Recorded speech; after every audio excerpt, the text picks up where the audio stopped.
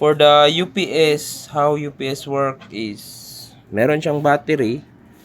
So ito is bloated na yung battery niya na ito ay lead acid na battery. So yun, grabe yung corrosion. So this means it is already very toxic. So yun, nag-bloat na yung battery. Kasi itong lead acid is hindi talaga siya naglalast longer.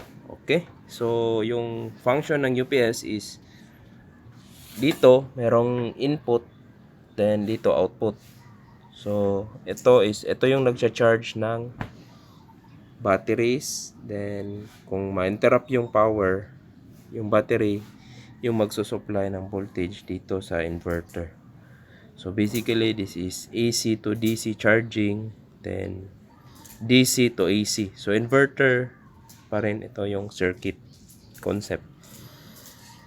So yung plano ko kung pwede ba tong gamitin, charge yung battery dito tapos inverter. So yun, meron ka ng solar setup.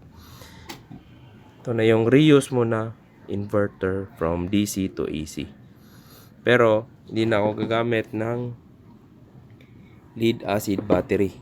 The plan is to have a very upgrade dito or LiPo 4E.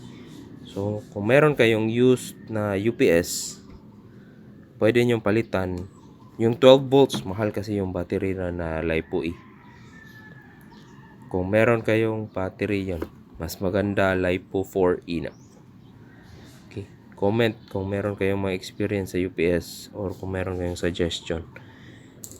Reuse ko to para sa solar setup.